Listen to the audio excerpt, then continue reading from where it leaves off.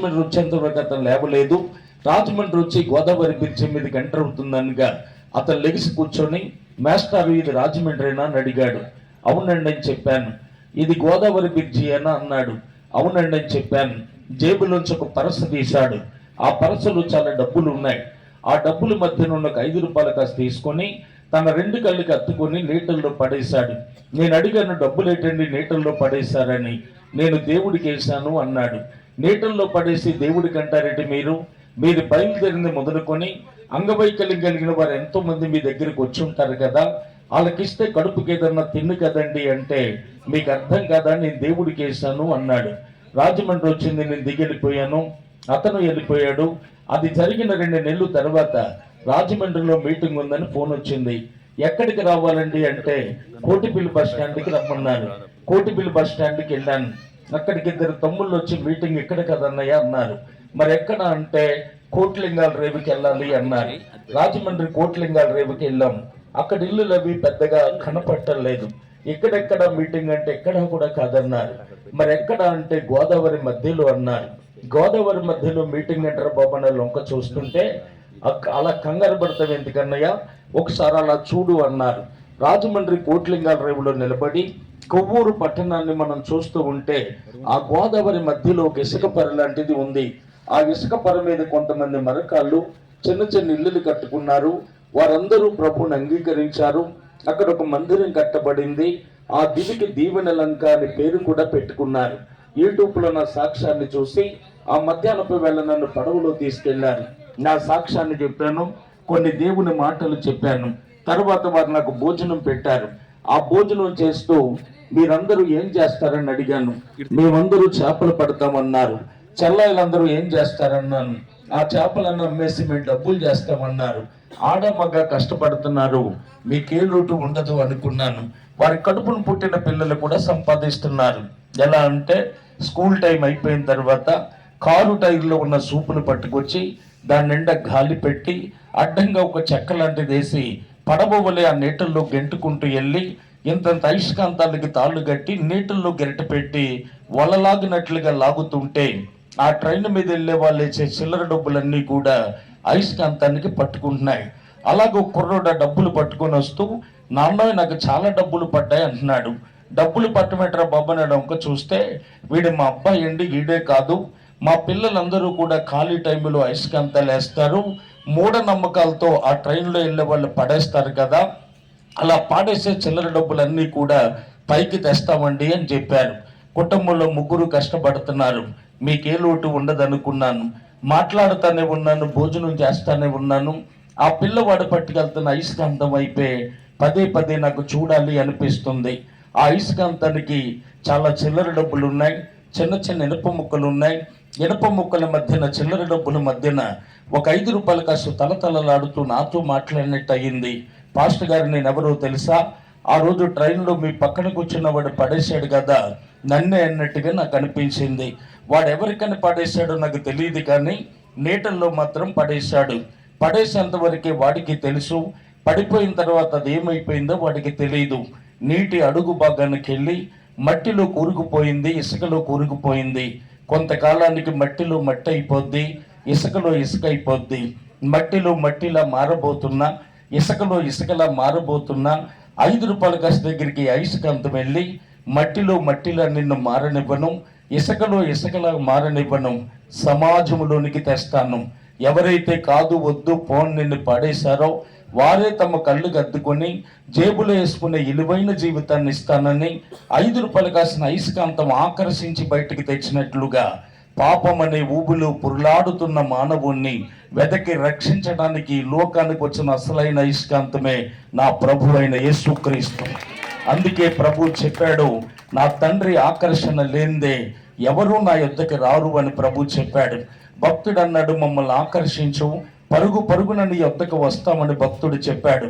నా తండ్రి నాటిన ప్రతి మొక్క పెళ్లగించబడుతుందని యేసయ్య చెప్పాడు. ఆయన ఆకర్షణ ఉంది గనుకే నేటికి బ్రతికున్నాను. ఆయన ఆకర్షణ ఉంది గనుకే నేటికి నా కుటుంబం సజీవంగా ఉంది. లేకపోతే మేము ఎప్పుడూ చనిపోవాలి, అందరూ మమ్మల్ని ఎప్పుడూ మర్చిపోవాలి. నాది డాక్టర్ బిఆర్ అంబేద్కర్ కోనసీమ జిల్లా రామచంద్రపురం మండలం ఏరుపల్లి అనే చిన్న గ్రామం. ఏరుపల్లి గ్రామంలో మాది ఇటుకల బట్టి. మా తాతయ్య గారికి మా అమ్మమ్మ పిన్నిద్దరు ఆడపిల్లలండి. మగపిల్లలంటే నాకు చాలా ఇష్టం. మగపిల్లలు లేని కారణంగా పుట్టినప్పటి నుంచి కూడా నన్ను అమ్మమ్మ గారింటి దగ్గర ఎట్టే పెట్టుకొని చాలా అల్లారు ముద్దుగా పెంచారు మా తాతయ్య గారు. మా తాతయ్య గారు ఆస్తి 23 గుంచాల 2 చేను, 40 కాసులు బంగారం, కొంత డబ్బు, 4 జతల ఎడ్లు బళ్ళు, పెద్ద ఇటుక బట్టి మాకు ఉండేది. వెల్ల, తాళపాలెం, ఆదివేరుపేట, రామచంద్రపురం అనే గ్రామాల నుంచి 60-70 మంది వరకు వచ్చి మా బట్టీలో మా దగ్గర పని చేస్తూ ఉండేవారు. మా నాన్నగారిది అయితే కోరుకొండ మండలం ఇటుకాయలపల్లి అనే గ్రామం.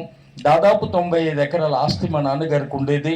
కోడి పందాలు, వ్యభిచారం, పేకాట, తాగుడైన వ్యసనాలకి తన ఆస్తినంతటిని కూడా పాడు చేసుకున్నారు. నేను చిన్నప్పటి నుంచి తాతయ్య గారి దగ్గర పెరిగాను. తాతయ్య గారు పూజించే దేవుళ్ళని, దేవతల్ని పూజిస్తుండేవాడిని. నాకు అందరి దేవుళ్ళని ఇష్టమే, అందరి దేవతలను ఇష్టమే, కానీ నాకు నచ్చిన దేవుడు ఎవరంటే యేసు ప్రభు. యేసు ప్రభు అంటే నాకు చాలా కోపం. యేసు ప్రభు అంటే నాకు చాలా ద్వేషం. యేసు ప్రభు నమ్ముకున్న వాళ్ళంటేనే నాకు చాలా అసహ్యం. ఎందుకు యేసు ప్రభు అంత కోపం, ఎందుకు యేసు ప్రభు అంత ద్వేషం అంటే, ఏ పాస్టర్ గారు ఇలా మీటింగులు పెట్టినా వాళ్ళు చెప్పేటువంటి మొట్టమొదటి మాటలు యేసు ప్రభు ఒక్కడే దేవుడు అంటారండి. యేసు ప్రభు తప్ప దేవుళ్ళు లేరు అంటారు. ఆ మాటలు నాకు చాలా కోపం వచ్చేది. మీ దేవుడే దేవుడు కాదు, అంటర్నాల దేవుడు, అమెరికా వాళ్ళ దేవుడు, తక్కువ జాతుల దేవుడు అని చాలా హేళన చేసేవాడిని. మీటింగ్ జరిగే కాడికి వెళ్ళి పాస్టర్ గారిని బూతులు తిట్టి మైకులు కట్టింగ్ చేసి కర్ర పట్టుకొని కొట్టడానికి వెళ్ళేవాడిని. బైబిల్ పట్టుకొని వెళ్తున్న ప్రతి చెల్లిని అనరాని మాటలన్న దౌర్భాగ్యమైన వ్యక్తిని నేను. ఈ పాపిష్నోడితో యేసు ప్రభాని ఒక్కరోజు కూడా నా మహాదేవుని పిలవలేదండి. ఈలోగా తాతయ్య గారు మరణించారు. ఆయన మరణించిన తర్వాత ఇటుక బట్టి మెయింటైన్ చేయడానికి నేను చిన్నపిల్లవాడిని కనుక మా చిన్నాన్న గారిని తీసుకొచ్చి ఇటుక బట్టి మెయింటైన్ అప్పగిస్తే 1 నెల వ్యాపారం చేసేసరికి బట్టీలో లాస్ వచ్చిందని మా అమ్మమ్మ గారు దెబ్బలాడితే ఆయన వెళ్ళిపోవటం జరిగింది. ఒకరోజు రాత్రి ఇదే సమయంలో మా అమ్మమ్మ గారు నాతో అంటున్నారు, నేను చూస్తే ఆడదాన్ని, నువ్వు చూస్తే చిన్నపిల్లవాడివి, ఈ వ్యాపారాన్ని మనం ఎలా చేయగలం, ఎలాగైనా మీ నాన్నగారిని బ్రతిమలు తీసుకొద్దాం, తన వ్యసనాలన్నీ అయినేమో అనుకుంటాడు, అమ్మ నాన్న చూసుకుంటారులే వ్యాపారాన్ని అని చెప్పినప్పుడు ఉదయాన్నే వెళ్ళి మా నాన్నగారిని బ్రతిమలు మా ఎద్దుకు తీసుకొద్దామని అనుకున్నాం. ఆ రాత్రి 12:30, 1 గంట సమయానికి మాకు ఒక కబురు వచ్చింది, మా నాన్నగారు అక్కడ గుండె నొప్పితో మరణించారని. నాకు ఒక తమ్ముడు, 2 చెల్లెళ్ళు ఉన్నారు. నాన్నగారి కార్యక్రమం అంతా అయిన తర్వాత అమ్మని, తమ్ముడిని, చెల్లెల్ని కూడా ఏరుపల్లి గ్రామం తీసుకురావటం జరిగిందండి. మా అమ్మగారు 8వ తరగతి చదువుకున్నారు. ఇటుక బట్టి పద్దులన్నీ కూడా మేసుకుండేది. నన్ను ఒక మేస్త్రి గారు సైకిల్ మీద తీసుకెళ్ళి రామచంద్రపురం ఉన్న తాపీ మేస్త్రులందరికీ పరిచయం చేసి, పలానా సూర్యన్ గారు మనవడండి, ఈ బాబాలకి ఆధారవండి, పెద్దవారు ఎవరు లేరండి, ఎలాగైనా వ్యాపారాన్ని మీరే డెవలప్ చేయాలండి అని చెప్పినప్పుడు అక్కడున్న తాపీ మేస్త్రులందరూ ఇటుకేయించుకొని డబ్బులు పొట్లం కట్టి జాగ్రత్తగా పట్టుకెళ్ళి బాబుని ఇచ్చేవారు. కొంతమంది అయితే డబ్బులు అడిగితే తిట్టేవారు, తాగేసి కొట్టేవారు కూడా. అలా చిన్న వయసు నుంచి నేను వ్యాపారం చేస్తున్నాను. మేము రైస్ మిల్ దగ్గర నుంచి ఊక పట్టుకొస్తాం ఇటుక కాల్చడానికి. ఒక దినాన్న మిల్లు ఓనర్స్ ఏమన్నారంటే, ఇంక 2 ఎడ్ల బళ్ళకి ఊక ఇవ్వటం లేదు బాబు, ఏదైనా ట్రాక్టర్ అయినా కొనుక్కోండి, లేకపోతే ట్రాక్టర్ అయినా అద్దెకి తెచ్చుకోండి అని చెప్పినప్పుడు మా దగ్గర ఉన్న ఎడ్లు బళ్ళు అమ్మేసి కొంత డబ్బు తీసుకుని 86వ సంవత్సరంలో ఒక ట్రాక్టర్ కొనుక్కోవటం జరిగింది. ఆ ట్రాక్టర్ కొన్న కాడి నుంచి కూడా నేను ఇంకా విగ్రహారాధన చేయటం మొదలుపెట్టాను. ప్రతి శుక్రవారం ఆ ట్రాక్టర్ కడిగించి పసుపు బొట్టులు పెట్టి, నిమ్మకాయలు కట్టి, దండలేసి, కొబ్బరికాయలు దిగదుడిచి కొట్టి ఎన్నో పూజలు చేసి ఆ ట్రాక్టర్ పని మీదకి పంపిస్తుంటే ఆ రోజే టైర్ పేలిపోవటమో, గేర్ బాక్స్ పగిలిపోవటమో, ఎక్కడో చోట బండి ఆగిపోతూ ఉండేది. అలా ఆగిపోయిన బండి రిపేర్ చేయించడానికి రామచంద్రపురం తీసుకెళ్తే కొంతమంది మెకానికల్ నాకు పరిచయం అయ్యారు. వారి ద్వారా ఒక అలవాటు కూడా నాకు పరిచయం అయింది. అతి చిన్న వయసులోనే తాగుడైన వ్యసనానికి నేను బానిసనయ్యాను. ఈ రోజుల్లో చిన్నపిల్లలు వెళ్ళిన గాంధీ సభ దగ్గర సీసాలు ఇస్తున్నారు, కానీ చిన్నవాడినైనా నాకు ఇచ్చేవారు కాదు. మా బట్టీలో పనిచేసే వ్యక్తి చేత నేను మందు తెప్పించుకుంటే మా అమ్మగారికి తెలిసిపోతుందని బయట ఉన్న వ్యక్తిని పిలిచి అతనికి తాగినంత పోయించి కొన్ని డబ్బులు ఇచ్చి, మత్తు అంటే ఎలా ఉంటుందో చూద్దాం, తిమ్మిరంటే ఎలా ఉంటుందో చూద్దాం, దాని రుచి ఎలా ఉంటుందో చూద్దామని సరదాగా నువ్వు కాయి తెప్పించుకొని సరదాగా ఒక మూత మందు తాగి కతిమదంతా అతనికి ఇచ్చేసేవాడిని. అలా సరదాగానే మూత మందుతో మొదలుపెట్టిన తాగుడు చివరికి నా జీవితాన్ని తినేసిందండి. ఒక రాత్రి పగలు 3 పుల్లుల వరకు నేను తాగేసేవాడిని. నేను గొప్ప చెప్పటం లేదు. 1600 రూపాయలు ఖరీదు చేసే సీసా కాడి నుంచి 10 రూపాయలు బ్యాటరీ సరదాకా, పనికిమాల సరదాకా అన్ని రకాలు సొంతంగా తయారు చేయించుకుని తాగినటువంటి దౌర్భాగ్యమైన జీవితం నాది. రోజుకు 13-14 జరదాకి నీళ్ళు నమలటం, అర్ధరాత్రి 1 గంట దాకా ఇష్టానుసారంగా తాగి రోడ్డు మీద పడుతున్నానో తెలిసేది కాదు, డ్రైనేజీలో పడుతున్నానో కూడా తెలిసేది కాదండి.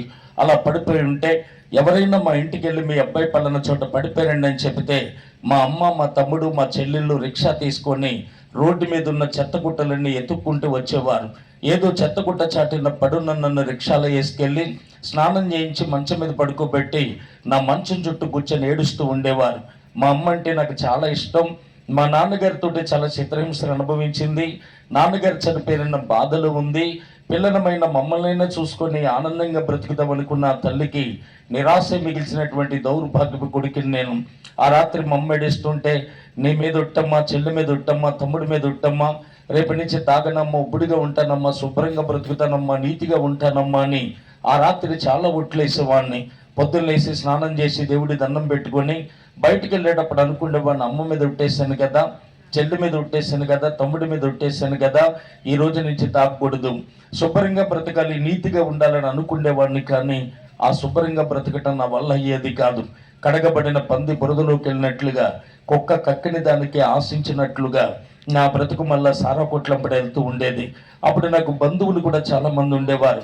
మీ తాతకి ఇదవుతాను అదవుతానని లేనిపోయిన అరుసలు కలిపి నెలల తరబడి మా ఇంటికడ తినేవారు. వారు వెళ్ళేటప్పుడు మంచి బట్టలు కూడా పెట్టి పంపించేవాడిని. అలాగే నాకు స్నేహితులు కూడా చాలా మంది ఉండేవారు.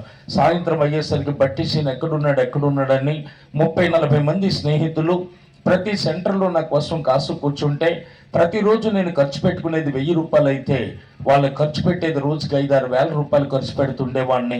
ఇష్టానుసారంగా తాగటం, ఇష్టానుసారంగా జీవించటం. నా తల్లి అయితే ప్రతిరోజు ఏడుస్తూనే ఉండేది. ఏ తాగుడైన అలవాటు వల్ల నా భర్తను కోల్పోయానో, ఏ తాగుడైన అలవాటు నా పిల్లలకి అప్పకుండా పెంచాలనుకున్నానో అదే తాగుడికి బానిసైపోయాడు.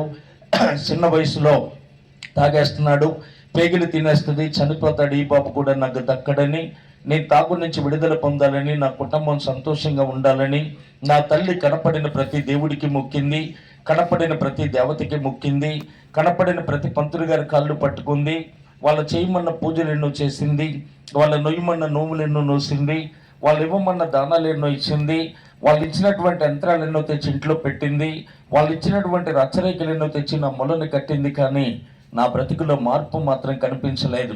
అలాగుండేగా కొంతమంది మా అమ్మగారికి సలహానిచ్చారు, పెళ్లి చేస్తే మీ అబ్బాయి మారిపోతాడండి, పెళ్లి చేయండి అని చెప్పినప్పుడు నాకు పెళ్లి చేశారు. ఒక బాబు పాప పుట్టారు. కానీ నా బ్రతుకులో మార్పు మాత్రం కనిపించలేదు. నా పిల్లలు నాన్న అంటూ వచ్చేవారు. 2 బొబ్బనెల చేతులు చాపితే దగ్గర దాకా వచ్చి నీ దగ్గర కంపొచ్చేస్తుంది, మాకు వాంతులు అయిపోయినా ఉన్నాయని ముక్కు మూసుకొని వెనక్కి వెళ్ళిపోయేవారు. నాకు చాలా బాధ వేసేది. కడుపును పుట్టిన పిల్లలను కూడా ఎత్తుకోలేని బ్రతికైపోయింది. ఎందుకు ఇలాంటి బ్రతకటం?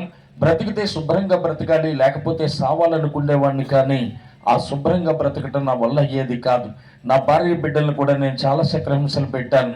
అర్ధరాత్రి 1 గంట దాకా తాగి ఇంటికి వెళ్ళి నిద్రపోతున్న నా భార్య మేంచి పిల్లల మేంచి ప్రతిరోజు కక్కేస్తుంటే ఇల్లు కడుక్కొని ఒళ్ళు కడుక్కొని మా కర్మ ఇంత నేర్చిన రోజే తప్ప ఏడని రోజు అంటూ మా జీవితంలో లేదు. పెళ్ళైనా కానీ పిల్లలు పుట్టినా కానీ నా బ్రతుకులో మార్పు అనేది కనిపించలేదు. అలాగుండగా మరికొంతమంది వచ్చి అన్నారు, అయ్యప్ప స్వామి మాల వేసుకుంటే తాగుడు మానేస్తారండి, అయ్యప్ప మాల వేయించండి మీ అబ్బాయితో అంటే 25,000 రూపాయలు ఇచ్చి 2 సంవత్సరాల నా చేత అయ్యప్ప మాల వేయించింది మా అమ్మ. 2 సంవత్సరాలు అయ్యప్ప మాల వేసుకొని శబరిమల వెళ్ళాను, ఇంకా చాలా యాత్రలు తిరిగాను. ప్రతి యాత్రలో నాకు దేవుడి ఫోటో దేవత ఫోటో తెచ్చుకొని మా ఇంటికడ పెట్టి నేను పూజలు చేస్తుండేవాడిని. మాల మెల్ల ఉండని చెప్పు చాలా బాగుండేవాడిని. ఆ మాల తీయగానే మళ్ళీ రెట్టింపు తాగేసేవాడిని. మాలలో ఉండగా శ్రీనిస్వామి అని దండాలు పెట్టే వ్యక్తులు తాగేసి పడిపోయి ఉంటే ఏదో బతికింతే నొమ్ములు ఊసుకుంటూ వెళ్తుండేవారు. అలా కూడా నా బ్రతుకు మారకపోతే మరికొంతమంది వచ్చి అన్నారు, అయ్యప్ప స్వామి మాల కాదండి, భవానీ మాల అయితే అగ్నితో సమానం, భవానీ మాల వేయించండి మీ అబ్బాయితో అంటే 1 సంవత్సరం కాదు, 2 సంవత్సరాలు కాదు, 6 సంవత్సరాలు నేను భవానీ మాల వేసుకున్నాను. పంతులు గారి దగ్గర మంత్రాలన్నీ నేర్చుకొని నేనే పూజలు చేసేవాడిని. నా గ్రామంలో ఉన్న చాలా మంది వచ్చి కాళ్ళకి దండాలు పెట్టిన చేత పూజలు చేయించుకునేవారు. గురు భవానీగా ఉండి అనేక మందికి మాలలు ఇస్తూ నడి రోడ్డు మీద అట్టడిప్పలతో మండపాలు కట్టించి నాకు నచ్చిన దేవుడి మీదల్లా దేవత మీదల్లా 80-90 భజన పాటలు రాసి అర్ధరాత్రి 1 గంట వరకు ఒంటికల మీద నాక్షం దొక్కిస్తూ భజనలు చేస్తుండేవాడిని. ఆ మాల తీయగానే మళ్ళీ రెట్టింపు తాగేసేవాడిని. ఇలాగ తమ్ముడికి పెళ్ళయింది. నా బాధపడలేక తను ఏరెళ్ళిపోయాడు. ఓ చెల్లికి పెళ్లి చేశాను, పూర్తిగా కట్నం ఇవ్వలేదు. నా కుటుంబ ఖర్చులకి, నా వ్యసనాలకి, నా ఆస్తి కొంచెం కొంచెం నేను అమ్ముకుంటూ వచ్చేస్తున్నాను. ఆకలి అన్న వాళ్ళకి అన్నం పెడుతున్నాం, వస్త్రాలు ఏమంటే వస్త్రాలు ఇస్తున్నాం, ధన సహాయం కావాలంటే ధన సహాయం చేస్తున్నాం. ఎవరికి అన్యాయం చేసామని మనం ఇలాగ అయిపోతున్నామని నా తల్లి ప్రతిరోజు ఏడుస్తూనే ఉండేది. అప్పుడు మరికొంతమంది వచ్చి అన్నారు, అసలు నీ పెద్ద కొడుకు తాగుబోతవటానికి కారణం ఏంటో తెలుసా? నీ కొడుకులు ఇద్దరు ఇడిపోవటానికి కారణం ఏంటో తెలుసా? నీ ఆస్తి అంతా పోయి తిరిగి నువ్వు అప్పులు అవ్వటానికి కారణం ఏంటో తెలుసా? నీ ఇల్లు వాస్తు బాగోలేదు, ఏదైనా సిద్ధాంత గారి దగ్గరికి వెళ్ళి చూపించుకుంటే బాగుంటారన్నారు. అక్కడే మా సమీపంలో యానం అనే ప్రాంతం దగ్గర పల్లిపల్లం అనే గ్రామం ఉంది. అక్కడ సిద్ధాంత గారు ఉన్నారు, ఆయన పేరు రవిశంకర్ రెడ్డి గారు. ఆయన దగ్గర మొదలుకొని కిర్లంపూడి అనే గ్రామంలో ఉన్న శాస్త్రి గారి వరకు కూడా కనపడిన ప్రతి సిద్ధాంత దగ్గరికి వెళ్ళాను. కొంతమంది సిద్ధాంతులు మా ఇంటికి వచ్చారు. ఒక ఆయన వచ్చి అంటున్నారు, ఇంటి చుట్టూ కట్టిన ప్రహారీ కూడా చాలా తేడాగా కట్టారండి, ఆ గోడను తిప్పేసి మళ్ళీ నేను చెప్పినట్లుగా కడితే మీరు బాగుంటారన్నారు. ఆయన చెప్పినట్లుగా చేశాను. ఆయన 1000 రూపాయలు పట్టుకొని వెళ్ళిపోయారు, కానీ నా బ్రతుకు మారలేదు.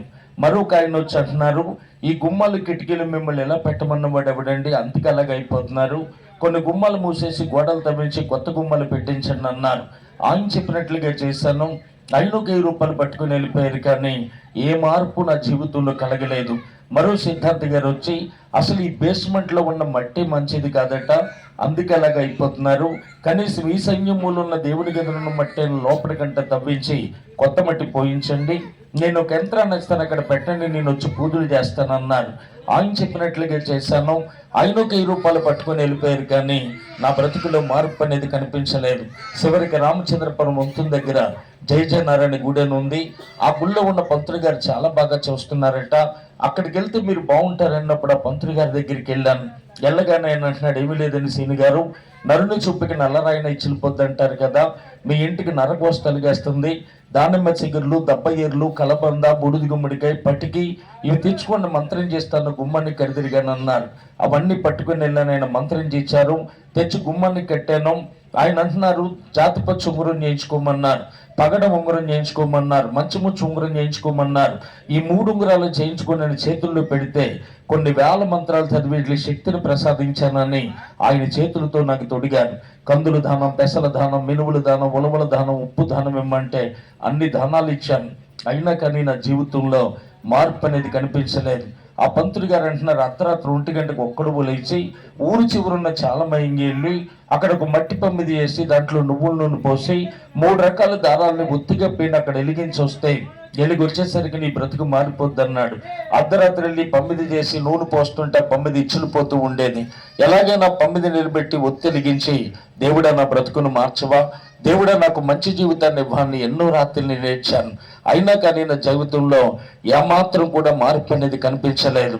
చివరికి ఆ పంతులు గారి దగ్గరికి ఎందుకు నేను ఎలాగ అయిపోతున్నానండి, నేను చాలా మంచోడినండి, నేను ఎవరికి అపకారం చేయలేదు, కేవలం తాగుడే అలవాటికి బానిసనయ్యాను కనుక నా బ్రతుకు ఇలాగ అయిపోతుంది, నేను మారనా, నా జీవితం బాగుపడదా చెప్పండి అంటే ఆయన అంటున్నాడు, నీ దగ్గర దాయకూడదు బాబు, నీకు నిజాన్ని చెప్తున్నాను నేను, నీకు శని పట్టుకుంది, 7 సంవత్సరాల ఉంటుంది దీని ప్రభావం. శనీశ్వరుడు ఎవరి జీవితంలో ప్రవేశిస్తే వాళ్ళు అలా నాశనం అయిపోతారు. శనీశ్వరుడు అంతరం అరికాలు మట్టి, మసిబొగ్గులు, పాతమేకులు, నల్లగుడ్డ, ఉప్పు ఇవన్నీ దిగదుడిసి ముందు కాలువలో పడేసి రమ్మన్నారు. అవన్నీ కాలువలో పాడేసి వచ్చాను. అప్పుడు ఆయన అంటున్నారు, నీకు మంత్రాన్ని నేర్పిస్తాను, నేర్చుకుంటావా అన్నారు. మంత్రాలు ఎందుకండి అంటే, కొన్ని రోజులు తెల్లవారుజాము 4 గంటలకి జమ్ము చెట్టు దగ్గరికి వెళ్ళి దాని చుట్టూ 108 సార్లు తిరుగుతూ ఈ మంత్రాన్ని జపించాలి, అలాగే నువ్వు కొన్నాళ్ళు చేయగలిగితే నీకు మనశ్శాంతి కలుగుతుంది అన్నారు. మీరేం చెప్పినా చేస్తానండి అన్నప్పుడు ఆయన నాకు మంత్రాన్ని నేర్పించారు. కేవలం మీకు అర్థం అట్టకి నేను చదువుతున్నాను. నీలాంజన సమాభాసం రవిపుత్రం యమాగజం సాయామర్తండ సంభూతం తం నమామి శనీశ్వరం. ఈ మంత్రాన్ని ప్రతిరోజు 108 సార్లు చదువుతూ జమ్మి చెట్టు చుట్టూ ఎన్నో రాత్రులు తిరిగాను. ఎన్నో కేజీలు బెల్లం పట్టుకెళ్ళి పానకం కలిపి ఆ చెట్టు మొదలేసి నడ్లగుట్టలు పట్టుకెళ్ళి ఆ చెట్టు కట్టి, దేవుడా నా బ్రతుకును మార్చవా, దేవుడా నాకు మంచి జీవితాన్ని ఇవ్వాలని ఎన్నో రాత్రులు నేను నేర్చాను. అదే సమయంలో రామచంద్రపురం నియోజకవర్గం ఎమ్మెల్యే తోట తిరుమూర్తులు గారు కూడా 5 సంవత్సరాలు నేను తిరిగాను. తోట తిరుమూర్తులు ఆదర్శ మిత్ర మండలి కాపునాడని ఆ నియోజకవర్గంలో ఎమ్మెల్యే గారి ఫోటో మోటార్ సైకిల్ ఎదురు పెట్టుకొని తిరిగిన మొట్టమొదటి వ్యక్తిని నేను. ఆయన నా మీద జాలితో 50,000 రూపాయలు లోన్ ఇప్పిస్తే 30 రోజులు కూడా కాకుండా ఆ డబ్బుని కూడా నేను పాడు చేసుకున్నాను. పెద్దలు చెప్పినట్లుగా గుళ్ళు గోపురాలకి తిరిగాను, సిద్ధాంతులు చెప్పినట్లుగా ఇల్లు పీకి పందిరేశాను, పంతులు గారు చెప్పినట్లుగా దాన ధర్మాలు చేశాను. తాగుడు నుంచి విడుదల పొందాలని, అప్పుల నుంచి విడుదల పొందాలని, పిల్ల పాపలతో సంతోషంగా బ్రతకాలని ఇవన్నీ చేసి చివరికి 98 జూలై నెల వచ్చేసరికి నా బ్రతుకు ఎలా తయారైందంటే 23 గుంచాల రెడ్డి చేను అమ్మేశాను, 40 కాసులు బంగారం అమ్మేశాను, ఇటుక బట్టి అమ్మేశాను, ట్రాక్టర్ అమ్మేశాను, మోటార్ సైకిల్ తాకట్టు పెట్టేశాను, భార్య మెల్లో ఉన్న మంగళసూత్రాలతో చూద్ద అమ్మేసి తింటానికి గుప్పటి మెతుకులు కూడా లేకుండా పిల్లలతో రోడ్డు మీద పడ్డానండి. ఆ రోజుల్లో 1,80,000 రూపాయలు అప్పులు అయిపోయానండి. అప్పులలో వచ్చి కాలర్ పట్టుకునేవారు. బ్రతికున్నానండి, మీ అప్పు ఎలాగైనా తీరుస్తానండి అంటే నువ్వు చచ్చిపోరు అడగమనేవారు తప్ప ఏ ఒక్కరూ నా మీ జాలి పడేవారు కాదు. నా పిల్లలిద్దరు ఇలా కడుపు పట్టుకుని వచ్చి ఆకలేసేస్తుంది నాన్న, కడుపులో పోట్లు వస్తున్నాయి నాన్న, మాకు అన్నం కావాలన్న ఏడుస్తుంటే నా కడుపును పుట్టిన పిల్లలకి ఇంత అన్నం పెట్టే దిక్కు నా దగ్గర లేక అలా పైపు దగ్గరికి తీసుకెళ్లి మంచినీళ్ళు పట్టించేసి పడుకోబెడితే ఆ పిల్లలు ఆకలి కాగలేక ఇలా ఈదులంపడ అన్నాలు తింటున్న వారి గుమ్మాలోనికి వెళ్ళి వాళ్ళ మొక్కలంక చూస్తుంటే చిన్నపిల్లలు కదా కడుపుడు ఆకలితున్నారు, గుప్పుడు మెతుకులు పెడదామన్న తల్లులు ఏమనేవారో తెలుసా? నిన్న వండుకోలేదా, మొన్న వండుకోలేదా, అటు మొన్నైనా వండుకున్నారా లేదా అని హేళన చేశారే తప్ప ఏ ఒక్కరూ నా పసిపిల్లలకి గుప్పుడు మెతుకులు కూడా పెట్టలేదండి. మా పాప ఆకలి కాగలేక నా స్నేహితులు కనపడినప్పుడు నిన్నటిదాకా మా నాన్నతో తిరిగాడు కదా అని బాబాయ్ యొక్క పావల ఇవ్వని అడిగితే ఒక గదుమేరే తప్ప ఏ స్నేహితుడు ఒక పావల కాసు కూడా నా బిడ్డలకు ఇవ్వలేదండి. మాకు డబ్బు కావాలని అడగలేదు, బంగారం కావాలని అడగలేదు, కానీ ఇంత అన్నం కావాలని ఇచ్చాం. ఆకలి బాధ ఎలా ఉంటుందో నాకు బాగా తెలుసు. పెద్దవాడినైనా నేనే ఆకలి కాగలేక కడుపులో పోట్లు వచ్చి కళ్ళు తిరిగిపోతుంటే చచ్చిపోతానేమని భయపడి మధ్యాహ్నం 12:30 1 గంట సమయం ఇప్పుడు ఎవరింటికి వెళ్తే వాళ్ళు అన్నం తినే సమయం కదా, వాళ్ళ అరుగు మీద కూర్చుంటే కొంచెం అన్నం పెడతారు కదా అని ఇళ్ళ అరుగు మీద కూర్చుంటే తినేసే వచ్చుంటారులే అన్నారే తప్ప తింటావా అని అడిగేవారు ఒక్కరూ కనిపించలేదు. కేవలం తాగుడే అలవాటికి బానిసనయ్యాను గనుక నా పిల్లల బ్రతుకు ఎలా తయారైందంటే చిన్న పిల్లలు జంతికలు కొనుక్కొని వాళ్ళు తింటున్నప్పుడు నోటి దగ్గర నుంచి దాని ముక్కలు అలా కింద రాలిపోతే మట్టిలో తొక్కేసి వాళ్ళు వెళ్ళిపోయిన తర్వాత నా పిల్లలు వెళ్ళి ఆ మట్టిలో ఉన్న ముక్కలు తీసుకుని తినే స్థితి నా పిల్లలకు వచ్చింది. ఇక మా అమ్మమ్మ అయితే 70 మందికి వాండర్లు అయ్యి 70 మంది చేత పని చేయించుకునేటువంటి నా తల్లి చాట పట్టుకుని చేల్లో వడ్లేరుకోవటానికి బయలుదేరారండి. ఆ చేల్లో ఉన్న పచ్చొడ్లన్నీ తెచ్చుకొని గబగబ దంచి అన్నం వండి పిల్లలకి పెడడం కదని దంచుతుంటే పచ్చొడ్లు బొండాలొడ్లన్నీ పిండి అయిపోతే నూకలు మాత్రం మిగిలితే ఉప్పుని చేసి ఆ పిల్లలకి పెట్టి అలాగే పస్తులు ఉండేవారు. అలాంటి సమయంలో ఎవరు మా దగ్గరకు వచ్చేవారు కాదు, ఎవరు మాతో మాట్లాడేవారు కాదు. ఈ కేజీ బియ్యం పట్టుకెళ్ళి పిల్లలకైనా వండి పెట్టనన్న వారు ఒక్కరూ కనిపించలేదు. మాకు చాలా భయం వేసేది. ఏమైపోతామో తెలియలేని అయోమయ స్థితి, ఎక్కడికి వెళ్ళాలో తెలియదు, నా బాధ ఎవరితో చెప్పాలో తెలియదు. అప్పుడు అనుకున్నాను నాకు బంధువులు ఉన్నారు కదా, వాళ్ళని చాలా బాగా చూశాను కదా, వాళ్ళ ఇంటికి వెళితే 4 గుచ్చాలు బియ్యం ఇస్తారేమో తెచ్చుకుందామని బంధువుల ఇంటికి వెళ్ళాను. ఈది సుతను చూసి తలుపులు వేసుకునే బంధువులు కొంతమంది అయితే అన్ని అయిపోయికి వచ్చావా, మేము బయటకు వెళ్తున్నాం, మేము వచ్చేదాకా ఉంటావా వెళ్ళిపోతావా అన్నవారు మరికొంతమంది. సిగ్గు విడిసి రాత్రి చెప్తున్నాను, 4 గుంచాల బియ్యం ఇస్తారని కాదు, కానీ 4 రోజులు పెట్టి అన్నం లేక కళ్ళు తిరిగిపోయి కడుపులో పోట్లు వస్తుంటే ఇంత అన్నం పెట్టి ఒక 10 రూపాయలు నాకు బస్ ఛార్జీ ఇస్తే మళ్ళా మా ఇంటికి వెళ్ళిపోతాం 4 మొక్కలకు చూస్తుంటే గ్లాసుడు మంచినీళ్ళు కూడా ఇవ్వకుండా పంపించేశారండి. కడుపుకు అన్నం లేక, కాళ్ళకు జోడు లేక, బస్ ఎక్కడానికి డబ్బులు లేక, పిచ్చి వాటి కింద రోడ్డు రంపన నడిచి వెళ్ళిన రోజులు నా జీవితంలో చాలా ఉన్నాయి. అలాంటి సమయంలో నా పిల్లలిద్దరూ కంచాలు పట్టుకుని ఈది లంపడ అడుక్కోవటం ప్రారంభించారు. మందని కన్నిటికనే సూరు మీద వదిలేశారు. వీళ్ళ మొక్కలకి సిగ్గైన పెట్టలేదు దేవుడు అంటుంటే ఆ మాటలు భరించలేక పిల్లల్ని కొట్టుకుంటూ తీసుకొచ్చి గదిలో పెట్టి తలుపేసి మీకు దండం పెడతానమ్మా, ఎవరింటికి వెళ్ళొద్దమ్మా, మన పరువు పోతుందమ్మా అంటే ఆ పిల్లలు అనేవారు నిన్న తినలేదు, మొన్న తినలేదు, ఎంత ఆకలేస్తుందో తెలుసా, అన్నం లేకపోతే చచ్చిపోతాం కదా నాన్న అంటే వాళ్ళని ఎలా ఓదార్చాలో కూడా నాకు అర్థమయ్యేది కాదండి. అలాంటి సమయంలో కూడా తాగుడు మానలేదు. ఇష్టానుసారంగా తాగి ఇష్టానుసారంగా జీవించేవాడిని.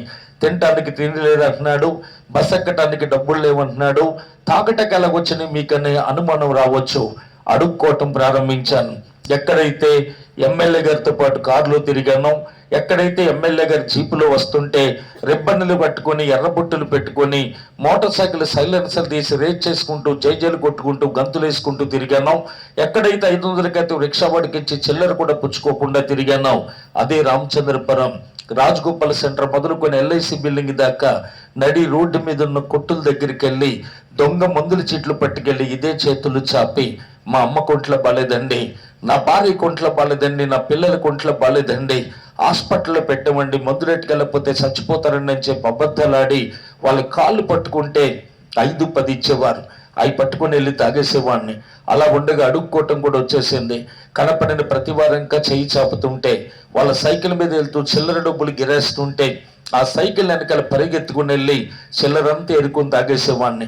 బట్టి సీనన్న ఎలాగైపోయాడంటారని కొంతమంది, ఈ ఏదో బతికింతేడి చరిత్ర అయిపోయిందన్న వారు మరికొంతమంది. 2000 ఉంటే గంటలు ఆరిపేసే నాకు 2 రూపాయల కాసు డ్రైనేజీలు పడితే రోజంతా ఎతికే స్థితి నా జీవితంలో వచ్చింది. అయినా సరే నేను ఏమాత్రం సిగ్గుపడేవాడిని కాదు. తాగుడు కోసం ఏది చేయటకైనా సిద్ధపడేవాడిని. ఎందుకంటే నేను పూర్తిగా తాగుడికి బానిసనైపోయాను. నేను ఎంత తాగుబోతున్నా మరో మాట చెప్తున్నాను. మా పాపకు 3వ సంవత్సరం వయసు అప్పుడు వాళ్ళ అమ్మమ్మ గారు చిన్న చిన్న రింగులు కుట్టిస్తే 2 చెవులు పుళ్ళు పడిపోయినాయి. ఇంకా రక్తపు చుక్కలు కారటానికి సిద్ధంగా ఉన్నాయి. ఆ రోజు ఇల్లంతా తిరిగేశాను. ఎక్కడ నాకు 10 రూపాయలు కూడా దొరకలేదు. ఏం చేయాలో తెలియక మా పాపను ఎత్తుకుని ముద్దులాడుతుంటే తాగుబోతాడుకు ఇప్పుడు జ్ఞాపకం వచ్చినట్టుంది కూతురని కొంతమంది, తాగుబోతాడైతే మాత్రం మనిషి కదా తనే మారుతానని కొంతమంది అనుకుంటూ లోపలికి వెళ్ళిపోయారు. వాళ్ళ లోపలికి వెళ్ళేంత వరకే కపటమైన ముద్దులు నా కూతురు పెట్టాను. వాళ్ళ లోపలికి వెళ్ళేంత వరకు భుజాల మీద ఎత్తుకుని ఆడించాను. అలా లోపలికి వెళ్ళగానే మా పాపని ఇలా గోడ పక్కకి తీసుకొచ్చి ఆ చెవుకున్న రింగ్ ఇప్పుకొని వెళ్ళిపోదామని అది ఇప్పుతుంటే దగ్గరికి సుట్టేసున్న దాని మీద ఎంత తిప్పినా కానీ రావటం లేదండి. అలా చెవు పట్టుకుంటే చాలు రక్తం బడబడా కారిపోతుంది. అది ఆడవటం ప్రారంభించింది. ఏడిస్తే ఏడు పాలకించి ఎవరైనా వస్తారేమో పట్టుకెళ్ళటకు ఉండదని ఏడుస్తున్న పిల్ల నోరు నొక్కి ఒక్క లాగులాగేనండి. బడబడా రక్తం కారిపోతుంటే మా నాన్న నన్ను చంపేస్తున్నాడని ఏడుస్తుంటే జనమందరూ ఎక్కడికో చుమ్ములు వస్తూ అసహ్యంగా మాట్లాడుతున్నారు.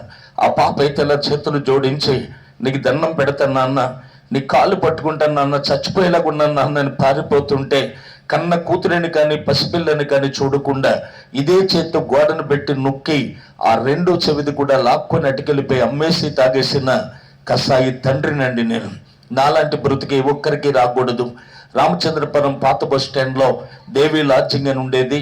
అందులో 2 వ్యక్తులు కాయ కొనుక్కొని గ్లాసుల్లో పోసుకొని కొంచెం తాగాల మాట్లాడుకుంటూ ఉంటే మైంగి వెళ్ళి ఆ ఎంగిలి మందు కూడా తాగేసి వచ్చేసి వాడిని.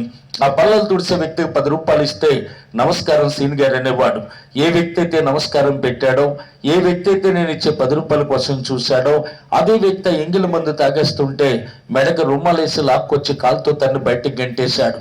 ఆ మెట్టెల మీద దుల్లుకుంటే అలా రోడ్డు మీద పడిపోయి ఉంటే నా డబ్బుతో బాగుపడిన స్నేహితులు నా ఇంటికాడ తిని నా ట్రాక్టర్లు అద్దెకి తిప్పుకొని బాగుపడిన నా స్నేహితులు అనబడిన వారు ఆ బారులోకి వెళుతూ ఈడు పట్టి సీనైనా ఈడు బతికింతే అని తన కాళ్ళతో తన్ని తిరిగేసి నా మేంచి దాటుకుంటూ వెళ్ళిపోయారే తప్ప ఏ ఒక్కడు గుక్కడి నీళ్లు కూడా తెచ్చి నా ముఖాన్ని కొట్టలేదండి.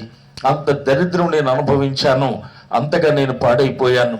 ఒకరోజు ఉదయాన్న ఒంటి మీద చొక్కా కూడా లేకుండా రోడ్రంపడ పిచ్చోడి కింద వెళ్ళిపోతుంటే నా బట్టి స్థలం కొనుక్కున్న వ్యక్తి రామచంద్రపురం కమ్మవారు సావరాన్న పల్ల తిరుమూర్తులు గారని ఆయన నా దగ్గరికి వచ్చారు. ఎందుకంటే నేను అమ్మేసిన బట్టి స్థలంలో ఖాళీ అనేటువంటి పాతటికి కౌరిటికి ఒక 2000 ఇటుకి నాది ఉండిపోయింది. ఆయన వచ్చి అంటున్నారు, ఇటుకి ఖాళీ చేస్తావా లేకపోతే ఎవరికైనా ఇచ్చేయమంటావా, మేము పని పట్టుకోవాలి మాకు అడ్డంగా ఉందంటే అప్పుడు అనుకున్నాను నాది 2000 ఇటుకు ఉంది కదా, ఎవరికీ నమ్మేస్తే ఎంతో కొంత డబ్బులు వస్తాయి, లేదంటే వాళ్ళనే ఉంచుకొని ఎంతో కొంత డబ్బులు ఇమ్మందామని ఒకరోజు ఉదయాన్నే బట్టి దగ్గరికి వెళ్ళాను. ఇంకా పని పట్టలేదు, ఎవరు ఎక్కడికి రాలేదు. సరే ఎవరైనా వస్తారు కదా అని అక్కడే కూర్చున్నాను. అలా కూర్చున్న నాకు నా గతమంతా జ్ఞాపకం వస్తుంది. అక్కడే నా తల్లి నన్ను, నా తమ్ముడిని, నా చెల్లెల్ని ఎత్తుకొని గోరుముద్దలు తినిపించి మమ్మల్ని పెంచిందండి. 1000 మందికి అన్నం పెట్టాం, లక్షల రూపాయలు సహాయం చేశాం, ఎంతో మందికి బతుకుదెరువు కల్పించాం. ఎక్కడైతే బాగా బ్రతికానో, ఎక్కడైతే 10 మందికి అన్నం పెట్టానో అదే స్థలంలో ఒక ముద్ద అన్నానికి నోసుకోలేని దౌర్భాగ్యుడిగా కూర్చున్నాను. అందరిలాగే పుట్టాను, అందరిలాగే పెరిగాను, అందరూ బాగానే ఉన్నారు కానీ నేనే పాడైపోయాను. ఎందుకు నా జీవితం ఇలాగైపోయింది? ఇంకెవరు నన్ను ఆదరించేవారు లేరా, చేరదీసేవారు లేరా, జాలి చూపేవారు లేరా? మరణమైన గతాన్ని ఏడుస్తూ మరణాన్ని ఎత్తుకుతూ కూర్చున్న నా దగ్గరికి ఒక పాస్టర్ గారు వచ్చారండి. ఆయన వచ్చి అంటున్నారు, యేసు ప్రభు గుడికి టిక్ కావాలి బాబు, ఇస్తావా అని అడిగారు. యేసు ప్రభు అంటే నాకు ఇష్టమేనండి, కానుకలు అవి ఇస్తానండి దేవుడి కంటే. ఆయన అంటున్నారు, నీ కానుకలు కాదు కావాల్సింది, నీ హృదయాన్ని ప్రభు కన్నారు. యేసు ప్రభు అంటే ఎవరనుకుంటున్నాం? ఈ భూమి ఆకాశాలు కలగజేసిన దేవుడు, ఓ తల్లిలా మనల్ని కన్నాడు, తండ్రిలా పెంచుతున్నాడు. అటువంటి దేవుణ్ణి కాదని కర్మ మనం తెచ్చుకుంటున్నాం. ఈ మాటలు నీతో చెప్పే నేను పుట్టుకతో క్రైస్తవుని కాదు, విగ్రహాధికుణ్ణి. నా ఒళ్ళంతా శర్మయాది వచ్చేసింది, నా భార్యకు పిస్టులయాది వచ్చింది, నా కుమార్తె గుండెల్లో నొప్పి వచ్చేది, 1000 రూపాయలు ఖర్చు పెట్టాను, ఎన్నో మందులు వాడాను, ఎంతో మంది డాక్టర్లను సంప్రదించాను, ఎక్కడ తగ్గలేదు. కానీ యేసు ప్రభుని రక్షకుడిగా చేసుకున్న తర్వాత నా శర్మయాదంతా తగ్గిపోయింది, నా భార్యకు పిస్టులయాది తగ్గిపోయింది, నా కుమార్తె గుండెల్లో నొప్పి రావటం తగ్గిపోయింది. యేసు ప్రభు గొప్ప దేవుడు, ఘనమైన దేవుడు, శక్తిమంతుడు, పాడైపోయిన జీవితాల్ని బాగు చేసే దేవుడు. నజరేయుడైన యేసు ఒక్కడే. నువ్వు నిరాశలో ఉన్నావని, బాధల్లో ఉన్నావని నాకు అర్థమవుతుంది. యేసు ప్రభుని ఆరాధించడం మొదలుపెట్టు బాబుని యేసుని గురించిన మాటలు ఆయన నాతో చెప్పటం ప్రారంభించారు. అందులో ఒక మాట నా హృదయాన్ని బలంగా తాకింది. ఒక ఆలోచన నాకు వస్తుంది. ఒక తల్లి 9 మాసాలు మోసి తన చనిపోయే స్థితిలో బిడ్డకి జన్మనిస్తుంది. తన సర్వసుఖాన్ని విడిచి ఆ బిడ్డను పెంచి పెద్ద చేస్తే ఆడి పెద్దవాడయ్యాక తల్లిని తనటకు సిద్ధపడుతున్నాడు. అలాగే నన్ను కన్న దేవుడు కాదని కోటలు పెడుతున్న పాస్టర్ గారిని బూతులు తిట్టి మైకులు కట్టించేసి బైబిల్ పట్టుకుని వెళ్తున్న ప్రతి చెల్లిని అనరాని మాటలని, చివరికి తింటానికి గుప్పడి మెతుకులు కూడా లేకుండా ఇంత భయంకరమైన శాపానికి గురయ్యానా అని ఆ రాత్రి చాలా ఏడ్చాను. ఆ రోజు నుంచి ఆ పాస్టర్ గారు మళ్ళా ఛానల్ వరకు నాకు కనిపించలేదండి. ఈలోగా నేను ఈ రోడ్ రంపడి వెళ్తుంటే నా స్నేహితులు అనబడిన వారు పక్క రోడ్ రంపడి వెళ్ళిపోయేవారే తప్ప ఎవరు నాతో మాట్లాడేవారు కాదు. కళ్ళు మూసుకుంటే చాలు నా పిల్లలు బస్టాండ్ రంపడి వెళ్ళి, మా అమ్మ నాన్న చచ్చిపోయారండి, మాకేమన్నా సహాయం చేయండి అని అందరి కాళ్ళు పట్టుకుని అడుక్కున్నట్టు నాకు కనిపించేది. కళ్ళు మూసుకుంటే చాలు మా అమ్మమ్మ ఆ ఇంటికి వెళ్ళి, మీరు మాకు డబ్బులు ఇవ్వక్కర్లేదండి, కొంచెం అన్నం పెడితే చాలు మీ ఇంటి పని అంతా మేమే చేస్తామన్నట్టు కనిపించేది. ఆ వేదన భరించలేక, బాధ భరించలేక పూలమ్మని కాడ పుల్లలు అమ్మలేం. ఎంతో మంది నా దగ్గరే బ్రతికినప్పుడు నేనెవరి దగ్గరికి వెళ్ళి పని చేయగలను? నాలాంటి వ్యక్తి బతకూడదు, చనిపోవాలని నిర్ణయించుకున్నాను. 98 జూలై 16 లక్షవారం రాత్రి. ఈ రాత్రితో పట్టించిన చరిత్ర అయిపోయింది. ఏదైనా తాగి చనిపోదాం అనుకుంటే నా మనసు అంటుంది, నువ్వు చనిపోతే నీ కుటుంబం అంతా అనాథులు అయిపోతారు కదా అంటుందండి. అయితే వాళ్ళకి ఏదైనా ఇష్టం ఇచ్చి చంపేసి తర్వాత నేను చనిపోదాం అనుకున్నాను. చంపే ముందైనా కడుపుడు ఆకలితో ఉన్నారు, గుప్పుడు మెతుకులు పెడతామన్న మనసు హెచ్చరిస్తుంటే రాత్రి 9 గంటలకు నేను రామచంద్రపురం వెళ్ళాను. ఓ ఫ్రెండ్ కనపడితే ఒక 50 రూపాయలు ఇవ్వరా, కడుపుడు ఆకలితుంది కుటుంబం, రేపొద్దున్న నువ్వు ఇచ్చినా పుచ్చుకోవటానికి ఎవరు ఉండవు, ఒక 50 రూపాయలు ఇవ్వరా అని అరగంట సేపు బ్రతిమాల అందరిలాడు కాళ్ళు పట్టుకుంటే 50 రూపాయలు ఇచ్చాడు. 50 నా చేతికి వచ్చేంత వరకే నా భార్య ఆకలి, నా పిల్లల ఆకలి నాకు కనిపించింది. 50 నా చేతికి రాగానే నాకు మరల బ్యాందీ సభ కనపడుతుంది. పుల్లిగా తాగి రాత్రి 1 గంటకి ఇంటికి వెళ్ళాను. ఎక్కడోళ్ళు అక్కడ పడిపోయి ఉన్నారు. నాకంటే ముందు చనిపోయారు అనుకుంటే మా కర్మ ఇంతే నేడుస్తున్నారు. నా మనసు రకరకాల ప్రశ్నలు నన్ను వేస్తుంది. ఈ ఒక్క రాత్రి నా తాగుడు మాన్యాలకు అన్నం పెట్టలేనోడివి, వీళ్ళని చంపే హక్కు ఎవరిచ్చారు నీకన్నా మనసు హెచ్చరిస్తుంటే, వీళ్ళని చంపని కానీ నేనే చనిపోతానని లెగిసి అలా బయటికి వెళ్తూ తాగిన తిమ్మిరి మీద అక్కడే పడిపోయాను. అలా పడిపోయిన నా దగ్గరికి ఎవ్వరు రాలేదు. కానీ ఒక పెద్ద ఆయన వచ్చారండి. పడున్న నా తల ఆయన ఒళ్ళో పెట్టుకొని ఇలా ఔషపట్టు మీద చేయి పెట్టి ఆయన అంటున్నారు, యేసు ప్రభు అంటే నిజమైన దేవుడని నీ హృదయంలో అనుకుంటున్నావు కదా, చర్చికి ఎందుకు వెళ్ళట్లేదని అడిగారండి. తుళ్ళుపడి పైకి లేచాను. 3:30-4 అవుతుంది సమయం. ఆ రాత్రి ఏం జరిగిందో ఈ రాత్రికి నేను ఊహించలేను, వర్ణించలేను.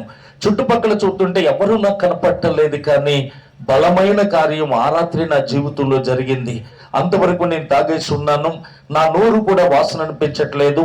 అప్పటి వరకు చనిపోదాం అనుకున్నాను, ఆలోచన నాకు లేదు. కానీ బ్రతకాలన్న ఆశ, ఎప్పుడెళ్ళి వస్తుందా చర్చికి వెళ్ళి పాస్టర్ గారి చేత ప్రార్థన చేయించుకుందామన్న ఆశ నా హృదయంలో బయలుదేరింది. దేవునికి స్తోత్రం. ఉదయాన్నే వెళ్ళి నా గిటికి పట్టి దగ్గరకు యేసు ప్రభు మాటలు చెప్పిన పాస్టర్ గారు ఉన్నారు కదా, అక్కడికి వెళ్ళాలని చెప్పి నిర్ణయించుకున్నాను. 4 రూపాయల సిటీ బస్ టికెట్, 40 పైసలు కూడా నా దగ్గర లేవండి. ఓ ఫ్రెండ్ దగ్గరికి వెళ్ళి, నన్ను ఒకసారి యేసు ప్రభు గుడికి తీసుకెళ్ళరా, గుళ్ళు అడుగు పెడితే సేవకుడు నా కోసం ప్రార్థన చేస్తే నా బ్రతుకు మారుతుందిరా అంటే, ఆడన్నాడు, నువ్వేదంటే అది చేసాం, ఏది నీ బ్రతుకు మార్చలేదు కానీ యేసు ప్రభు మారుస్తాడా, నీలంటాడు చనిపోవటమే తప్ప నీ బ్రతుకు మారదురా అన్నాడండి. అలా కాదురా, నన్ను ఒక్కసారి తీసుకెళ్ళరా, గుళ్ళు అడుగు పెడితే సేవకుడు నా కోసం ప్రార్థన చేస్తే నా బ్రతుకు మారుతుందా అని ఏడ్చినప్పుడు అతను నన్ను తీసుకుని వెళ్ళాడు. ప్రియులరా, అతను Erupalli panchayat board vice president గా, ఎన్ఎస్ఆర్టీ ప్రెసిడెంట్ గా చేశాడు. ప్రజెంట్ అతనికి డిస్ ఉంది, దేవు గోవింద నరసింహరావు అతని పేరు. అతను నన్ను తీసుకుని వెళ్ళినప్పుడు ఇద్దరం కూడా అలా రోడ్డు మీద బస్తీ గల చర్చిలో అడుగు పెడుతున్నాం. యేసు ప్రభుని ఎలా ప్రార్థిస్తారో ఎలా ఆరాధిస్తారో నాకు తెలియదు, కానీ ఏడుస్తూ ఒకే మాట అన్నాను, యేసయ్య ఎంతో మందిని నమ్మి నేను మోసపోయాను తండ్రి, చివరికి నీ దగ్గరికి వస్తున్నాను, ఎట్టి పరిస్థితుల్లో నా చేతులు విడిచిపెట్టక ప్రభా అని ఏడుస్తూ నేను ఆ చర్చిలో అడుగు పెట్టాను. ఆ పాస్టర్ గారు నాకు ఎదురైనప్పుడు నమస్కారం అని అంటే తిరిగి నమస్కారం కూడా పెట్టకుండా కౌగిలించికి తీసుకెళ్ళి కడుపు నిండా ముందు అన్నం పెట్టారండి. అన్నం తిన్న తర్వాత ఆయన అంటున్నారు, ఏం జరిగింది బాబు అలా ఉన్నావే, నీకోసం ప్రార్థన చేస్తాను చెప్పన్నప్పుడు ఏం చెప్పనండి, ఆస్తంతా పోయింది, 1,80,000 అప్పులైపోయాను, అప్పులను చూస్తే కాలర్ పట్టు కొడుతున్నారు, పెద్ద చెల్లికి 40 ఏళ్ళు కట్నం ఇవ్వలేదని కాపురం వదిలేస్తానని కబురు పంపుతున్నారు, చిన్న చెల్లికి పెళ్లి చేయలేదని హాలం చేస్తున్నారు, ఏం చేయాలో తెలియదు, ఎలా బ్రతకాలో తెలియదు, నాకైతే మీరు అన్నం పెట్టారు కానీ 4 రోజులు బట్టి ఇంటికాడ అలాగే పస్తులు ఉన్నారండి, మీరు ప్రార్థన చేస్తే మేము చచ్చిపోదాం అనుకుంటున్నామండి అంటే ఆయన అంటున్నాడు, నువ్వు జీవము గల దేవుడి దగ్గరికి వచ్చావు, నా యొద్దకు వచ్చి వాడిని ఎంత మాత్రము తోసివేయనంటున్నాడు, నాకు అసాధ్యమైనది ఏదైనా కలదా అంటున్నాడు, ఈ భూమికి ఆకాశానికి మహారాజైన దేవుడు నీ దరిద్రానంతటి తీసేస్తాడు, కనురెప్ప పాటలో మబ్బు తొలగినట్లుగా నీ అప్పులన్నీ తొలగించి నీకు ఒక ఉన్నతమైన స్థానాన్ని ఇవ్వటానికి ఆయన ఒక్కడే సమర్థుడని యేసయ్యను గురించిన మాటలు చెప్పి ప్రార్థన చేసి 3 గుంచాల బియ్యం ఆ సేవకుడు మాకు ఇస్తే ఆ రాత్రి ఇంటికి వెళ్ళి మేమందరం కడుపు నిండా అన్నం తిన్నామండి. దేవునికి స్తోత్రం. చెప్పి ఈ దేవుడు ఒక్కడే నిన్ను బ్రతుకు మార్చేవాడు, నీ అప్పులన్నీ కూడా తొలగించి నీకు ఉన్నతమైన స్థానాన్ని ఇవ్వటగా ఆయన ఒక్కడే సమర్థుడని యేసయ్యను గురించిన మాటలు చెప్పి ప్రార్థన చేసి 3 గుంచాల బియ్యం మాకు ఇస్తే ఆ రాత్రి ఇంటికి వెళ్ళి మేము అందరూ కడుపు నిండా అన్నం తిన్నామండి. 16వ తారీఖు రాత్రి దేవుడు నాతో మాట్లాడాడు. 17వ తారీఖు నేను చర్చికి వెళ్ళాను. 18వ తారీఖు అనగా యేసు ప్రభుని దగ్గర 3వ రోజు ఆ పాస్టర్ గారు మా ఇంటికి వచ్చి యేసు ప్రభుని గురించి కొన్ని మాటలు చెప్పి ప్రార్థన చేసి మమ్మల్ని మందిరానికి నడిపించారు. మేమందరం కూడా యేసు ప్రభుని వెంబడించి మందిరానికి వెళ్ళటం ప్రారంభించాం. ఒకరోజు మందిరంలో మోకరించి వచ్చి రాని ప్రార్థన, చిన్న ప్రార్థన, నీవు తప్ప మాకు దిక్కు లేదు ప్రభా, ఏం చేసినా నీ చిత్తమే నాయన అని వెను తిరిగి చూడలేని పరిపూర్ణమైన విశ్వాసంతో ఆ మహాదేవుడైన యేసయ్య మీద ఆనుకున్నాం. నాకు పట్టుకున్న దరిద్రం అంతా వదిలిపోయిందండి. దేవునికి స్తోత్రం. అలా దేవుని సన్నిధిలో ఉన్న మాతో దేవుని వాక్యం మాట్లాడుతుంది. నీకు రక్షణ ఉందా? నువ్వు చనిపోతే ఎక్కడికి వెళ్తావు? నరకానికి పోతావు, జాగ్రత్త దేవుడు మమ్మల్ని హెచ్చరిస్తుంటే మాకు చాలా భయం వేసింది. ఆ పాస్టర్ గారి దగ్గరికి వెళ్ళి మాకు బాప్తీసం కావాలండి అంటే రేపటి నుంచి ఉపవాస ప్రార్థనలో బాప్తీసం పొందేందుకు సిద్ధపడని అన్నారు. నేను, నా భార్య, మా అమ్మమ్మ, చిన్న చెల్లి 5గురం కూడా రక్షణ పొందటానికి సిద్ధపడుతున్నాం. ఈలోగా మా బావగారు మా పెద్ద చెల్లిని తీసుకొచ్చి ఇడిచిపెట్టేశారు. 40 ఏళ్ళు కట్నం ఇస్తేనే కాపురానికి తీసుకెళ్తాను, లేకపోతే తీసుకెళ్ళను అన్నారు. మమ్మల్ని నవ్వులు పాలు చేయొద్దండి, మాకు తినటానికి లేదండి, ఎప్పటికప్పుడు మీ డబ్బులు ఇచ్చేస్తాను తీసుకెళ్ళిపోండి అంటే 40,000కి 40 పైసలు తక్కువ వచ్చిన మీ చెల్లిని ఇంటిగడ్డే ఉంటుందని చెప్పి బూతులు తిట్టుకుంటూ వెళ్ళిపోయారు మా బావ. మా అమ్మమ్మ వచ్చి అంటుంది, నువ్వు చూస్తే రక్షణ అంటున్నావు, చెల్లి కాపురం చూస్తే ఎలాగయ్యింది, ఎలాగరా అంటుంటే మా చెల్లి నా దగ్గరకు వచ్చి చెప్పిన మాటలేంటో తెలుసా? నువ్వు బాప్తీసం పొందినా పొందకపోయినా 40 ఏళ్ళు ఇస్తేనే కానీ బావ నన్ను కాపురానికి తీసుకెళ్ళడు, అది అలా ఉంచు, తాగుబోతువైన నిన్ను మార్చిన దేవుడు గొప్ప దేవుడు, వెళ్ళి ముందు రక్షణ పొందరా అని చెప్పిందండి. దేవునికి స్తోత్రం. వెంటనే వెళ్ళి నేను, నా భార్య, మా అమ్మమ్మ, చిన్న చెల్లి 5గురం కూడా బాప్తీసం పొందాం. బాప్తిసం పొంది నీటిలోంచి పైకి వస్తూ యేసు ప్రభుని మా నాన్నగా చేసుకున్నానండి. నేను పడిన బాధ, నేను అనుభవించిన కష్టం, నేను భరించిన దరిద్రం అంతా నా తండ్రితో చెప్పి నా భారమంతా ఆయన మీద మోపి నీటిల నుంచి పైకి వచ్చి 250 మంది విశ్వాసులు అక్కడ ఉంటే వారి చేతులు పట్టుకొని నా కోసం మా చెల్లి కోసం ప్రార్థన చేయండి అన్నప్పుడు వారందరూ ఎలుగెత్తి కన్నీటితో ప్రార్థన చేశారు. రక్షణ పొందానన్న ఆనందం, సంతోషం నాకు ఉంది, కానీ మా చెల్లి కాపురం పోయిందన్న బాధ నన్ను వేధించేస్తుంది. నా చెల్లి కాపురం నిలబెట్టినా అని మనసులో ప్రార్థించుకుంటూ వెళ్ళిపోతున్నాను. అంత దూరాన్ని మా ఇల్లు ఉందనగా ఇక్కడి నుంచి చూస్తుంటే మా చిన్నాల మామయ్య గారు మోటార్ సైకిల్ మా ఇంటి దగ్గర స్టాండ్ వేస్తుంది. అతడు అన్యుడు, విగ్రహారాధికుడు, యేసు ప్రభు అంటే పడని వ్యక్తి. పెళ్లి పెద్దని తీసుకొచ్చి పెద్ద పెద్ద కేకలేసి బూతులు తిడుతున్నారు. అంత దిక్కులేనేదో పెళ్ళిలా చేశాడు. కట్నమనిమ్మను ఎడాకలేనిమ్మని అంటుంటే ఆ ఇంటి చుట్టూన్న వాళ్ళు వచ్చి చాలా అసహ్యంగా మాట్లాడుతున్నారు. ఆ ఎదవ చేసిన పనికి పిల్ల కాపురం పోయింది, కట్నం ఇవ్వకపోతే ఎవరు మాత్రమే ఎన్నుకుంటారన్నప్పుడు ఇలా బైబిల్ పట్టుకుని వెళ్తూ ఆగిపోయాను. రక్షణ పొందానన్న సంతోషంతో నేను వస్తున్నప్పుడు ఇప్పుడు వచ్చారేంటి? ఈ గ్రంథాన్ని నా చేతిలో చూస్తే మా చెల్లి కాపురం పోతుందని వారికి భయపడి బైబిల్ వెనకాల దాసేస్తున్నాను. దేవుని ఆత్మ నాతో మాట్లాడుతుంది. పిరికి వాడి కింద దాక్కుంటావని నిన్ను పిలవలేదు, ధైర్యంగా ప్రకటించన్నాడు నా దేవుడు. ఆయన అన్న మాటను బట్టి బూతులు తిడుతున్న వ్యక్తి ముందు ఈ పరిశుద్ధ గ్రంథాన్ని పెట్టాను. ఆయన తిడతా ఆగి ఏంటదని అడిగారు. ఇది బైబిల్ అండి, నేను యేసు ప్రభువు నమ్ముకున్నానండి అంటే అన్యుడు, విగ్రహారాధికుడు, యేసు ప్రభు అంటే పడని వ్యక్తి, అప్పుడు వరకు పచ్చి బూతులు తిట్టి విడాకులు అన్న వ్యక్తి ఏమంటున్నాడో తెలుసా? నువ్వు దేవుణ్ణి నమ్ముకున్నా కాబట్టి ఇప్పుడు బాగుపడతావు, ₹10 కట్నం మాకు అక్కర్లేదని వెంటనే కాపురానికి తీసుకెళ్లిపోయారు. దేవునికి స్తోత్రం. పండగకి బట్టలు పెట్టలేదని పుట్టింటికి తమ భార్యను వదిలేసే రోజునండి ఇవి. ఎంతవరకు 40,000కి 40 పైసలు తక్కువ వచ్చినా మీ చెల్లి నీ ఇంటికాడే ఉంటుందని చెప్పిన మా బావ ఈ రోజు ఖచ్చిత శుద్ధ ఆయన కొని నాకు పంపేలా దేవుడు ఆ కుటుంబాన్ని మార్చేశాడు. అదే చెల్లి గర్భిణిగా ఉన్నప్పుడు 4వ నెలలో ఉమ్మునీరు పోతే తల్లి బిడ్డ కూడా బతికదన్నారు. అన్న హాస్పిటల్లో తిరిగి చివరికి రామచంద్రపురం స్టాన్లీ గారి భార్య రేణుకాదేవి తీసుకెళ్తే 6 కూడా బతకదన్నారు. మంచి మందులు అడదామంటే మా దగ్గర డబ్బులు లేవు.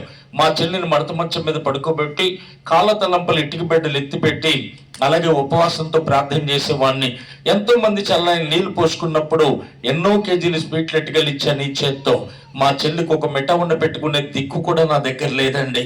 మా చెల్లి ఇంక చూస్తుంటే రేపు చచ్చిపోతానన్నయ్య, ఎల్లుండి చచ్చిపోతానన్నయ్య నేర్చేది. చాలా ఏడుపు వచ్చేది.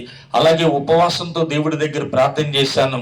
తాగుబోతునే నన్ను మార్చవు కదా నాన్న, చెల్లికి అపరాన్ని నిలబెట్టవు కదా నాన్న, ప్రాణాన్ని కూడా పోయినానని ప్రార్థన చేసినప్పుడు డెలివరీ సమయంలో రిక్షా ఇవ్వడానికి ₹10 కూడా మా దగ్గర లేవండి. అమ్మని చెల్లిని రిక్షా ఎక్కించి చిన్న బాబులు ఇద్దరిని కూడా పంపించి నేను ఆ ఊరు అడ్డుపడ్డాను. మా చెల్లి సాగుబతుకులు ఉంది, సహాయం చేయండి అని అడుక్కుంటే ఆ రోజుల్లో ₹70 ఇచ్చారు. ఆ ₹70 చేత్తో పట్టుకొని గుండెలు బాదుకుంటూ నా చెల్లిని బ్రతికించున్నానని పరిగెత్తుకుని వెళ్తుంటే ఆ 2 బాబులు నాకు ఎదురు వచ్చి అంటున్నారు, రిక్షా దింపగానే పురుడు వచ్చేసింది అన్నయ్య అని చెప్పారు. ఎందుకు ఈ మాటలు చెప్తున్నానంటే బిడ్డ అడ్డం తిరిగింది, పెద్ద ఆపరేషన్ పడుతుంది, 10,000 కావాలంటే నా చెల్లి నాకు దక్కునా? గబగబా హాస్పిటల్ దగ్గరికి వెళ్ళి అమ్మతో అంటున్నాను, ఎలా పడ్డావా మీ పాటలు, ఎవరిచ్చారమ్మా, నాకు తెలకుండా ఎక్కడ తెచ్చావమ్మా అంటే మా అమ్మ అంటే పెద్దడను కంగారు పడకు, దేవుడు చాలా గొప్ప కార్యం చేశాడు, ధర్మాస్పటల్ అట్ట, మనమేం ఒక్కర్లొద్దు కానీ తిరిగి వాళ్ళే మనకు 300 ఇస్తారట అని చెప్పింది మా అమ్మ. తాగుబోతునైన నన్ను ఒక్క రాత్రి మార్చాడండి యేసయ్య. నా చెల్లి కాపురాన్ని ఒక్క నిమిషంలో నిలబెట్టాడు యేసయ్య. నా చెల్లికి ప్రాణాన్ని పోసాడు యేసయ్య. 12 బిడ్డలు, 2 బిడ్డల్ని ఇచ్చాడు యేసయ్య. ఆసుపత్రుల్లోనే మోకరించాను. ఇంత గొప్ప దేవుడు అని నాకు తెలియదు ప్రభా, ఇన్ని గొప్ప కార్యాలు నాకే చేస్తున్నావా తండ్రి, ఇన్ని మేలులు నీ ద్వారా పొందిన తర్వాత నేను మళ్ళా తప్పుడు పనులు చేస్తే నేను అమ్మానికి అవమానం వస్తుంది ప్రభా, స్వార్థంతో అడుగుతున్నాను అనుకుంటావో ఏమనుకుంటావో నాకు తెలియదు, కానీ 1,80,000 అప్పులు ఉన్నాయి కదా, అప్పులు తీరే మార్గం చెప్పు తండ్రి అని ప్రార్థన చేసినప్పుడు ప్రభు మళ్ళా నేను ఇటుక బట్టి చేస్తున్నట్టు దర్శనాన్ని చూపించాడు. ఎలా చేయగలను ఇటుక బట్టి అంటే, ఆ ఇటుక బట్టి కొనుక్కున్న వ్యక్తి ఒక రోజు ఉదయం నా దగ్గరికి వచ్చి, ఈ బట్టి మేము చేయలేమండి, మగత 2 కానీ మీరే చేసుకోండి, పెట్టుబడి కూడా ఎంత పెట్టమంటారో చెప్పండి, నేనే పెడతానని ఆ బట్టిని మరలా నాకు అప్పగించారు. ఏ స్థలాన్ని అయితే అమ్మేశానో అదే స్థలాన్ని రెంట్కి తీసుకొని యేసయ్య నామములో ప్రార్థన చేసి పని చేయటం ప్రారంభించాను. 1 నెల వ్యాపారం చేసేసారు. బట్టీలో ఆ ఒక ట్రాక్టర్ కొనుక్కున్నట్టుగా దర్శనాన్ని చూపించాడు. ఎలా కొనగలను ట్రాక్టర్? నా బ్రతుకంతా సుసానం అయిపోయింది కదా అంటే, శూన్యములో సృష్టిని చేసిన దేవుణ్ణి నేనని ఆయన నాతో మాట్లాడారు. మరుసటి రోజు ఉదయాన్నే 4 వ్యక్తులు 20,000 రూపాయలు తెచ్చి, ఇది వడ్డీ కాదండి, బాగుంటే ఇద్దరిగా లేకపోతే వద్దు, పెట్టుబడి పెట్టుకోనని ఇస్తే ఆ 20,000 పట్టుకెళ్ళి రామచంద్రపురం ప్రసన్నగినేశ్వర ఫైనాన్స్ కంపెనీలో 65,500కు ఒక డొక్కు ట్రాక్టర్ నేను కొనుక్కున్నాను. ట్రక్కు రేకులన్నీ పోయి ఉండే, ఒక్కో టైర్కి ఇంత బెచ్చాలు ఉండే. ఆ ప్రతి ఒక్కరు ఆ ట్రాక్టర్ చూసి, ట్రాక్టర్ ఎవరు కేకేయొద్దు, కిలోమీటర్ వెళ్ళేసరికి ట్రక్కులు ఉన్న వాళ్ళు కిందటి పోతారు, టైర్లు కూడా పేలిపోతాయని హేళనకరంగా మాట్లాడేవారు. సీబుకుల సంచిలో బైబిల్ పెట్టుకొని ప్రార్థనలోనికి కూడా పట్టుకొని పొద్దున్నే వాక్యం చదివా, నూనె సిలివేసుకొని సొంతంగా నేను నడుపుకోవడం ప్రారంభించాను.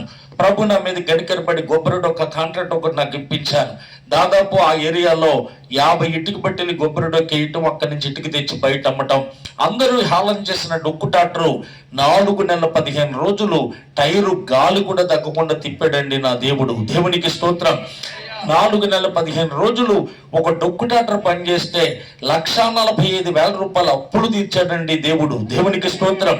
ప్రతిరోజు ఆ డొక్కు ట్రాక్టరు 3,000 రూపాయలు తెచ్చేది. కొత్త ట్రాక్టర్ పని ఉండేది కాదు. 500 ఉంటే చాలు అనుకునేవారు. ₹10 పని లేక పక్కన పెట్టేసేవారు. ప్రభు నాకు ఇచ్చిన డొక్కు ట్రాక్టరు ప్రతిరోజు 3,000 తెచ్చేది. ఎందుకు ప్రభు ఇంత డబ్బు ఇస్తున్నావంటే, నువ్వు బాధల్లో ఉన్నావని పంపిస్తున్నానన్నారు ప్రభు. ఆ కొత్త ట్రాక్టర్లకు ఎందుకు లేదని అడిగితే, యెహోవా ఆశీర్వాదం ఐశ్వర్యం ఇచ్చును, నరులు కష్టం చేత ఆశీర్వాదం ఎక్కువ కాదని, యెహోవా ప్రతి వస్తువు దాన్ని పరినిమితం చేస్తున్నావు, నీ అప్పులు తీర్చడానికి డొక్కు ట్రాక్టర్ చేశానన్నారు ప్రభు. ఏలియాని కాకుల ద్వారా పెంచవని విన్నాను, చదివాను, ఓడి కల్లారా చూస్తున్నాను ప్రభా.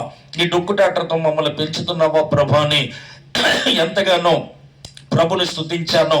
అలా ప్రభుని స్తుతించి ఎంతగానో ప్రభుని స్తుతించాను. అలా పతనమైపోయిన నా జీవితంలోనికి యేసు ప్రభు ప్రవేశించారు. పంది వలె రోతలకు దొర్లుతున్న నన్ను గొర్రె పిల్లగా మార్చాడు. చీకటి కమ్మిన నా కుటుంబంలో నీతి సూర్యుడిగా ఉదయించాడు.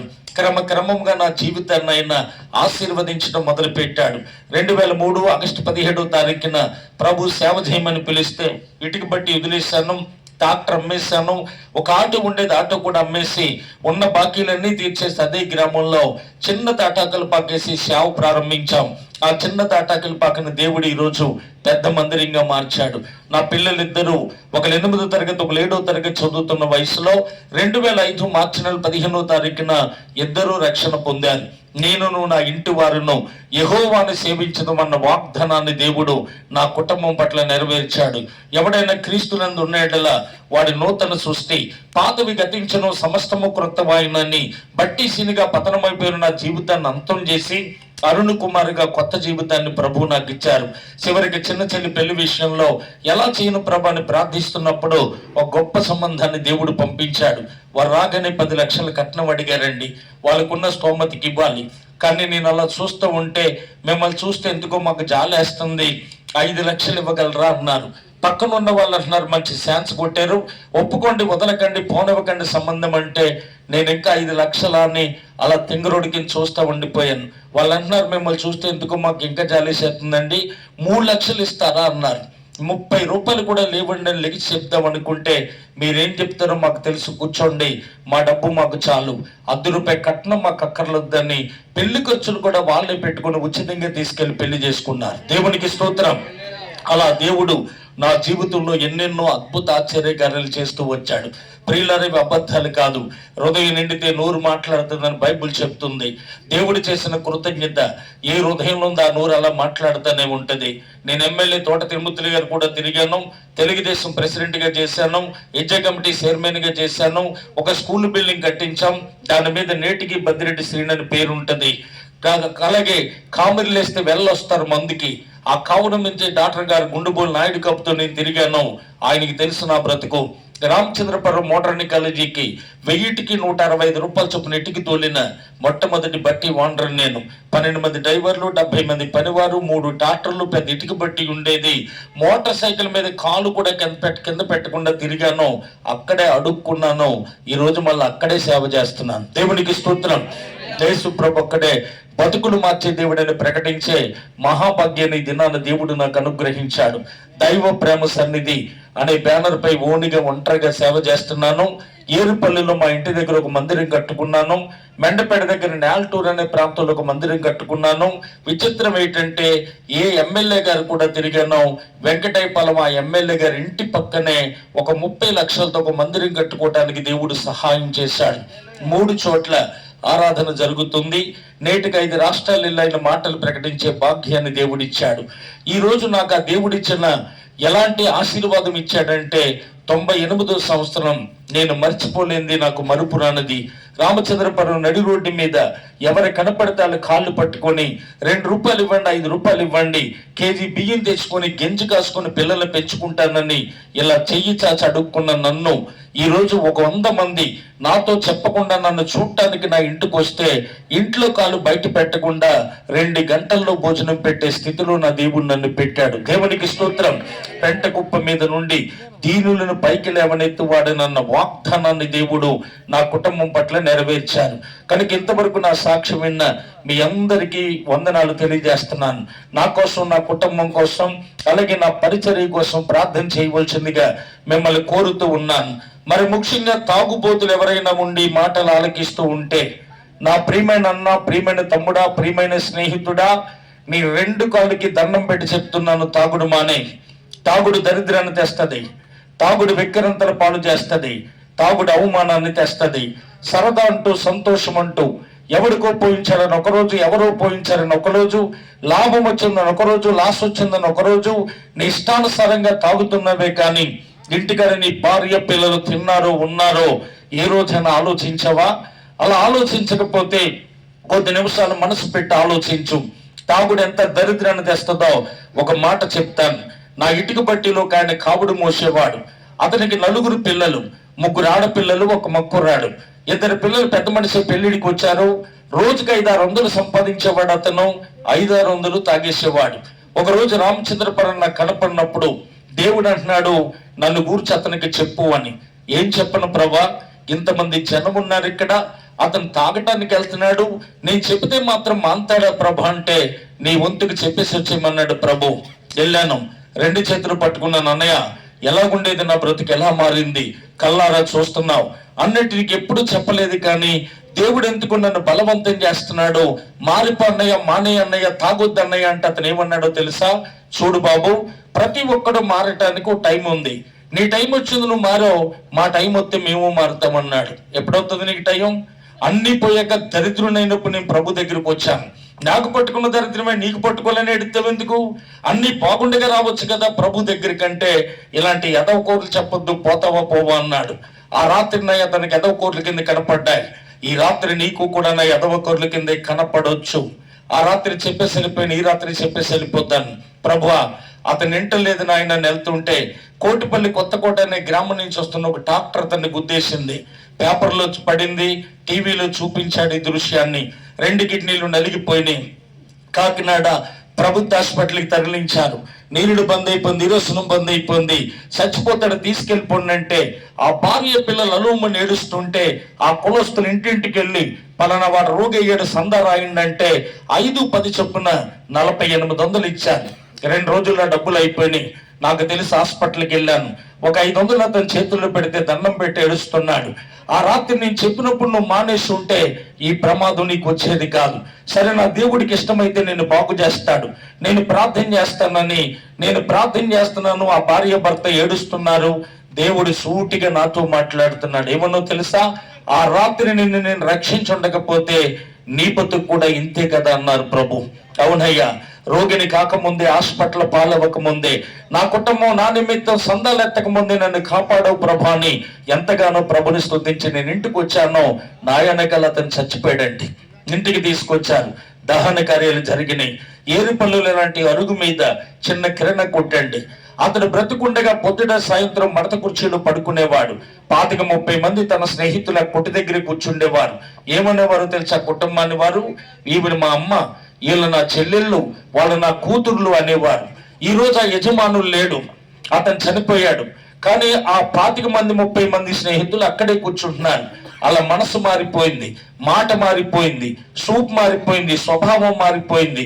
ఏ వ్యక్తి అయితే అమ్మ అన్నాడో, ఏ వ్యక్తి అయితే అక్క అన్నాడో, ఏ వ్యక్తి అయితే చెల్లి అన్నాడో, ఏ వ్యక్తి అయితే కూతుర్లు అన్నాడో, అదే పనికి మాల సన్నాసులు ఈరోజు తాగేసి వెళ్ళి ఆ తల్లి పిల్లల చేతులు పట్టుకు లాగుతున్నారండి. మగదిక్కి లేదని, అడిగేవారు లేరని ఇంత అల్లరి చేస్తారంటే, నోరు మియండి, మీ అమ్మ మీరు రమ్మన్నారని చెప్తానంటున్నారట. అందుకే ఈ రాత్రి నేను చెప్పేది గుడ్డిగా మీరు నమ్మొద్దు, మనసు పెట్టి ఆలోచించండి. ఆ ఇంటి యజమానుడు బ్రతికుండగా ఆ కుటుంబాన్ని గౌరవించారు.